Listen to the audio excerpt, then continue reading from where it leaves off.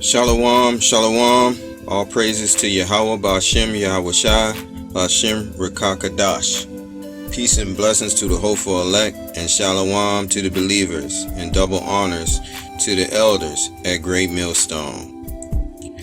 This lesson is just through the Spirit, and this is for all you Negro-only Israelites, okay? You Yah Israelites who basically believe that the only Israelites are just the Negroes, okay? Now, just to explain this photo here, this is a Cherokee nation, Cherokee, all right? And as you can see, they took in Negro slaves, okay? And they had children with them, right? So they had a seed line, all right? And you can tell that that's their children. They look like them, right? Okay, they're related, all right? So, if you don't already know, Michael Jackson was a Choctaw Native American, okay? He had Choctaw Native American in him, okay? Through his grandfather, his great-grandfather, okay? He slept with his great-grandmother, right? And produced his grandfather, right? And his grandfather, they were slaves, all right? Okay, his name was Jack, I think. You know, if you read the story, you need to research the story, and that's where he got his name. They call him Son of Jack, and that's how he got his name, Jackson, the Jacksons, okay? And as you can see, that all of them look like Negroes, right? So they're from the Choctaw Nation. They have the bloodlines running through them. So for all you Negro-only Israelites, so you saying that Michael Jackson was not an Israelite? You saying that he wasn't an Israelite? The Lord said that we are the salt of the earth, and this dude had plenty of salt. He was phenomenal, right? Okay, his whole family was basically gifted in music, right? We all know that. So stop saying that these Native Americans are not Israelites, okay? All right. All right. So we were oppressed together. That's a dead giveaway. All right. Jeremiah 50 and 33. We'll read that first. Okay. Jeremiah 50 and 33. Thus saith the Lord of hosts, the children of Israel and the children of Judah were oppressed together, and all that took them captives held them fast. They refused to let them go. So this is what happened to the nation, that both the northern and southern tribes. So what you have to understand is the Most High made good on his promise. All right. He said, if you will not obey me, I'm going to scatter you to the four winds of the earth. Okay. So the northern kingdom, which pictured here as the Native Americans. All right. All right. They left first. Okay. They left to America first. All right, they came on ships. Okay, they came over here. All right, because King Solomon had ships, so they knew of ships. And then they also say that it could be been some sort of land bridge, but I doubt it. I think that they just sailed over here. All right, because we had been coming over here. All right, from the time of King Solomon. All right. We were coming over here in ships. There was a royal navy, okay, that King Solomon had. So, if you can understand that, all right. Well, anyway, after the Assyrian captivity, that's when they came over, all right. After the Native Americans, the northern kingdom of Israel came over here.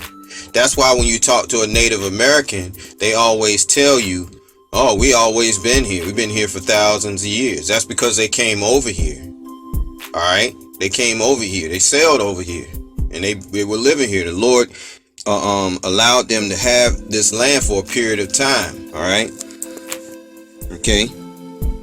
So I think that's Second Esdras chapter 13 and 41. Let's read that real quick. All right. Second Esdras 13 and 40. Those are the 10 tribes which were carried away prisoners out of their own land in the time of Hosea the king, which Salmanasar the king of Assyria led away captive, and he carried them over the waters, and so came they into another land. And they took this counsel among themselves, that they would leave the multitude of the heathen and go forth into a further country where never mankind dwelt, that they might there keep their statutes which they never kept in their own land. And they entered into Euphrates by the narrow places of the river, for the Most High then showed signs for them, and held still the flood till they were passed over. For through that country there was a great way to go, namely a year and a half, and the same region is called Arsareth. All right, and that was America. Okay, they came over here to America. There's no doubt about that one. Okay, they came over here to America. How do we know this for sure? We know this for sure because under the burial mounds there were found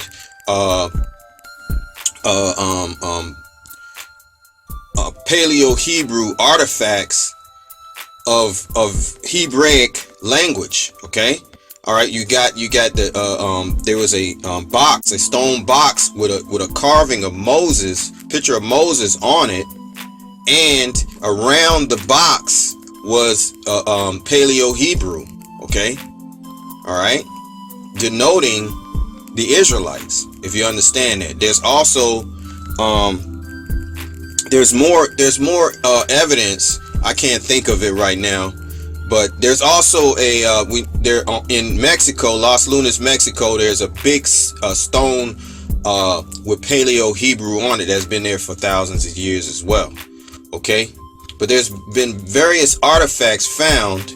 Okay, and they recently found not too long ago, far as the Mayans or the so-called Issacharites, the Mexicans.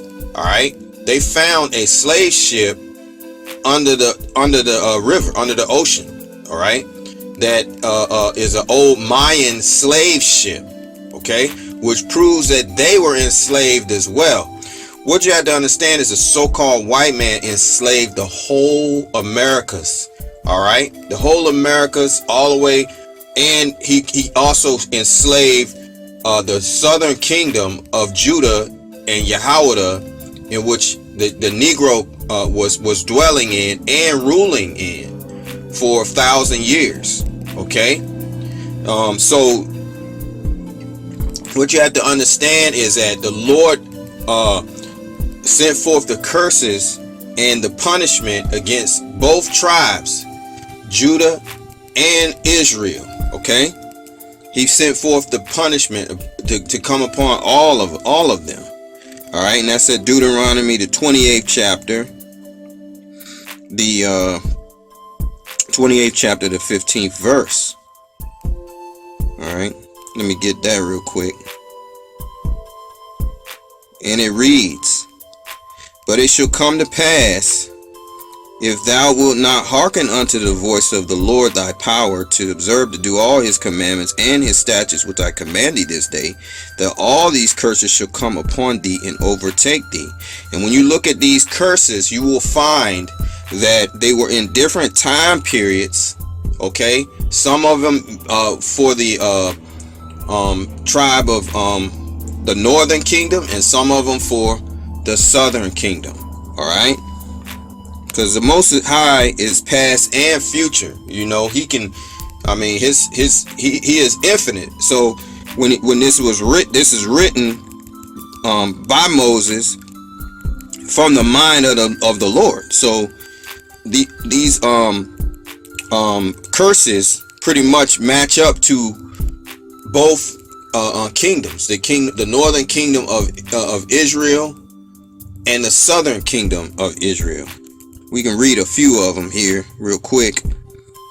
All right, Deuteronomy 28:25, "The Lord shall cause thee to be smitten therefore before thine enemies, and thou shalt go out one way against them, and flee 7 ways before them, and shalt be removed in all the kingdoms of the earth.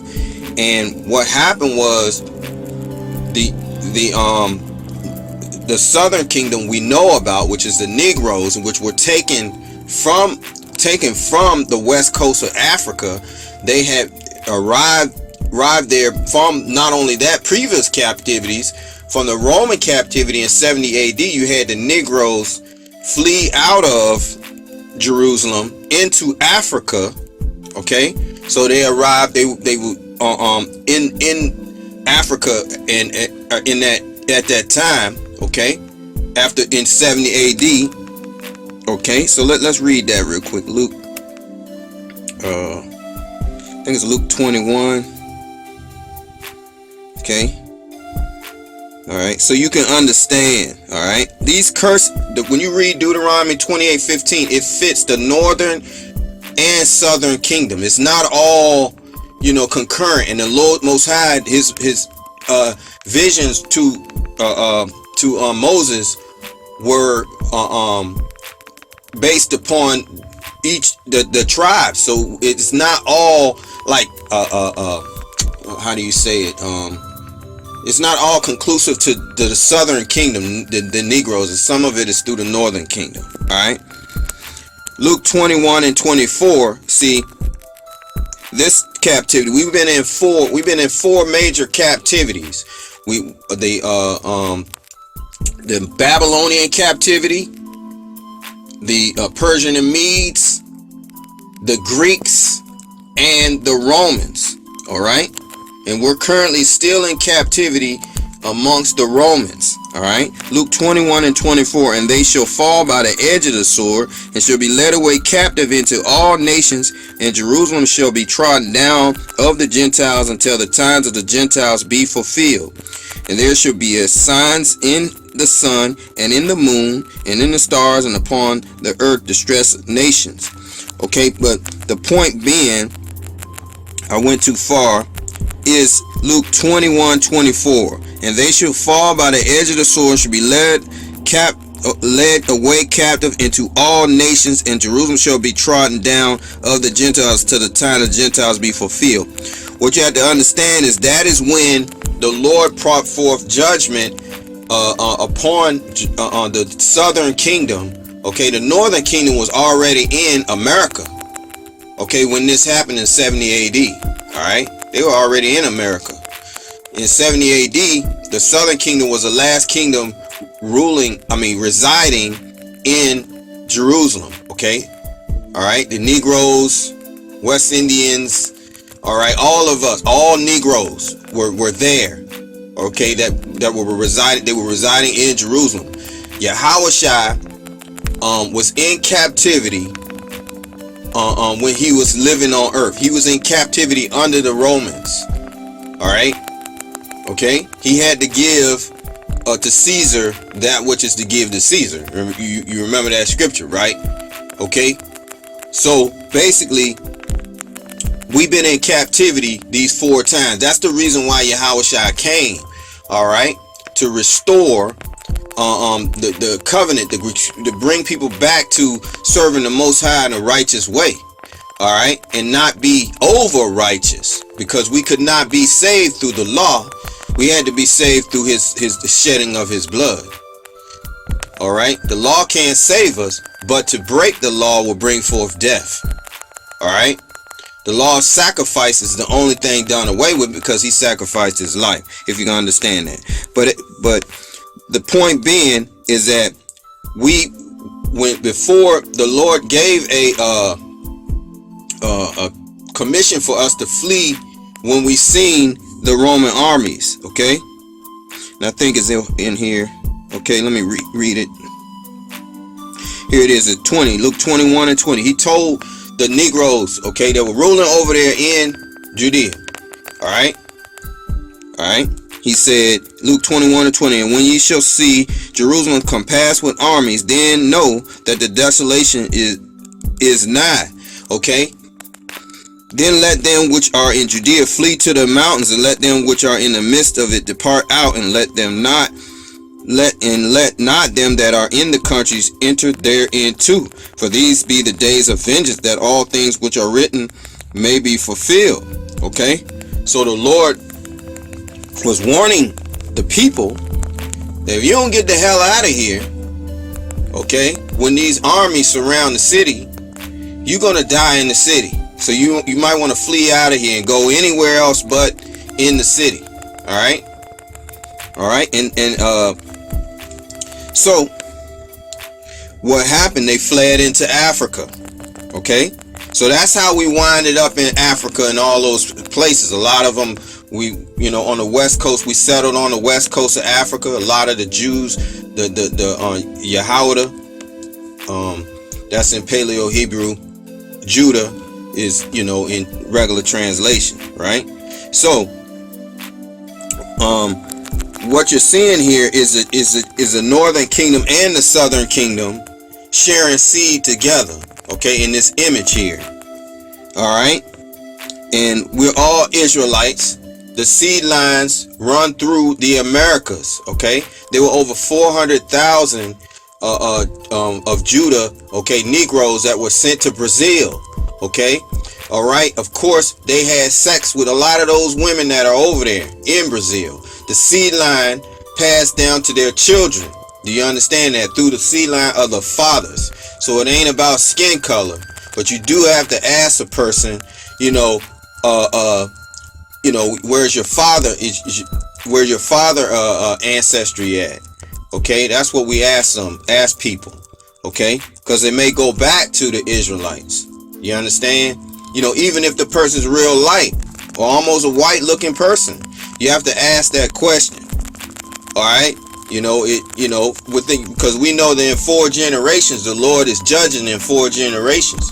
So most people can trace back 4 generations of their grandfather all the way back to their great grandfather. Was he an Israelite or not? If you can understand that. All right.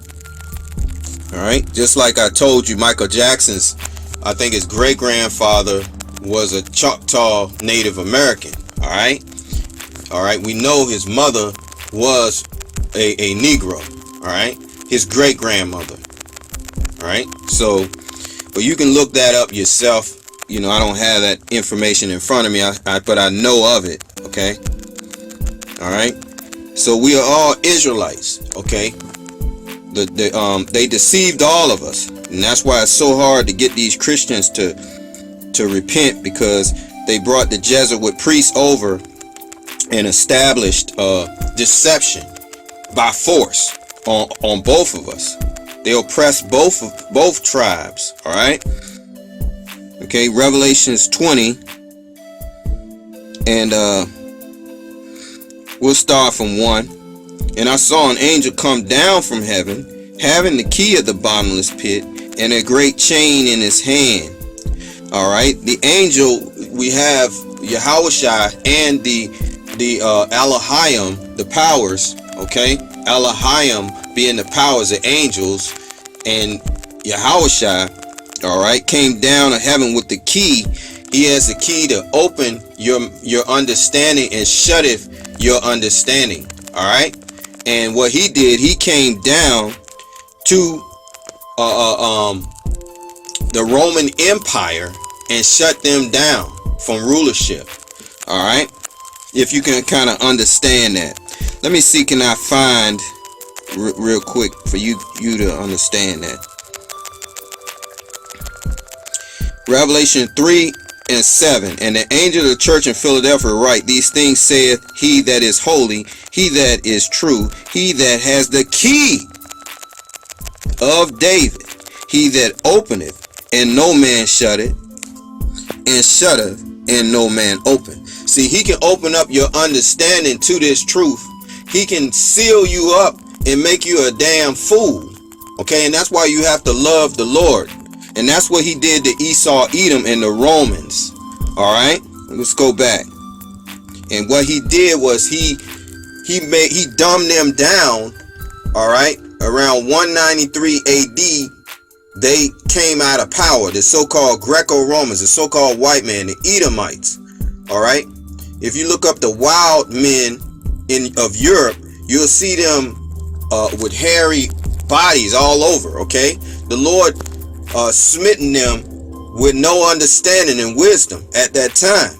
All right, and Jacob, the Negroes, was ruling. All right, over there in Europe. Okay, so let's continue on. All right, because we just right now getting down to the point. I'm just trying to explain the deception. Who did this deception? It was a so-called white man. Their race, the Edomites. The Lord is pointing them out to you. All right.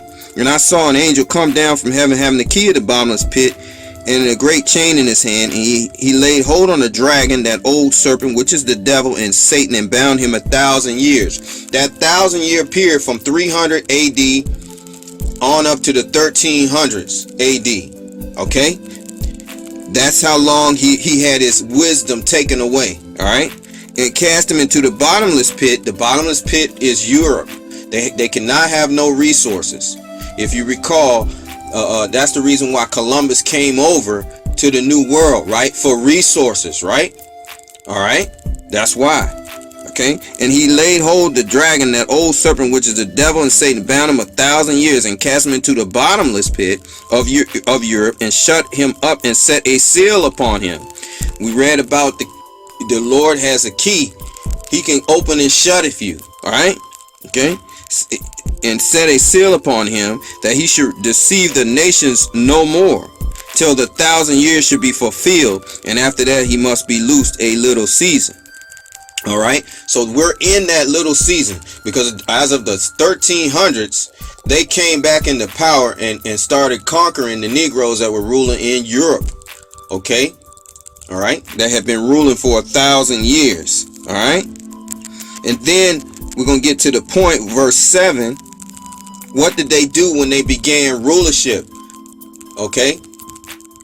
And when the 1,000 years are expired, Satan shall be loosed out of prison and shall go out to deceive the nations which are in the four quarters of the earth, Gog and Magog, to gather them together to battle, the number whom is the sand of the sea. The point being, and shall go out to deceive the nations. How did they do that? They came over with white Jesus and Christianity. First, what they did when they came into power in the 1300s, they ordered the Jews that were there to convert to Roman Christianity at the force of the sword.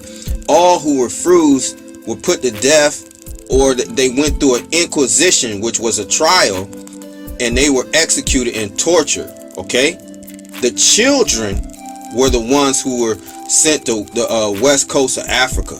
All right, the children of Israel. The parents were put to death, most of them. All right, and some of them converted. They I don't want none of that, and they gave in and became Christians. All right, Christian slaves. All right, but the end of the movie being, when you read verse 8, and shall go out to deceive the nations which are in four quarters of the earth, Gog and Magog, to gather them together to battle. Gog being Russia. Okay, they're being gathered together for the final battle. That will be the Edomites. Okay, that's the way the Lord is going to gain his vengeance against these devils who put us in slavery, put the Native Americans in captivity, the Mexicans, the Dominicans, the Jamaicans, all of us, the children of Israel. Okay, so you can just forget all about that black only stuff, because it's a seed line. It's the sperm. It's the seed of the fathers. Whoever the Negro, Native American, Israelite marries and has sex with, and they have, they pass that seed down to that child, the seed of the fathers, the seed of the father. It ain't about the mother, it's about the father, the seed of the father.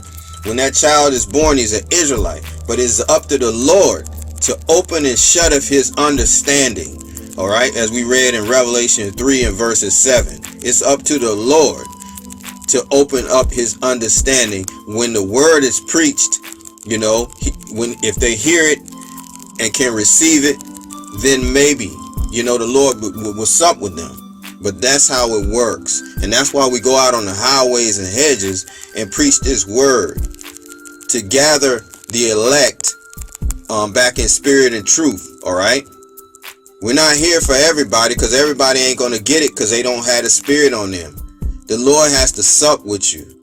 Okay, that's, you have to be of the chosen, if you understand what I'm coming from. All right, but I just thought I would bring that out. Okay, with that I say all praises to Yahweh, Ba'ashem, Yahweh Shai, Ba'ashem, Rakakadash. Peace and blessings to the hopeful elect. Shalom to the believers, and double honors to the elders at Great Millstone. Shalom.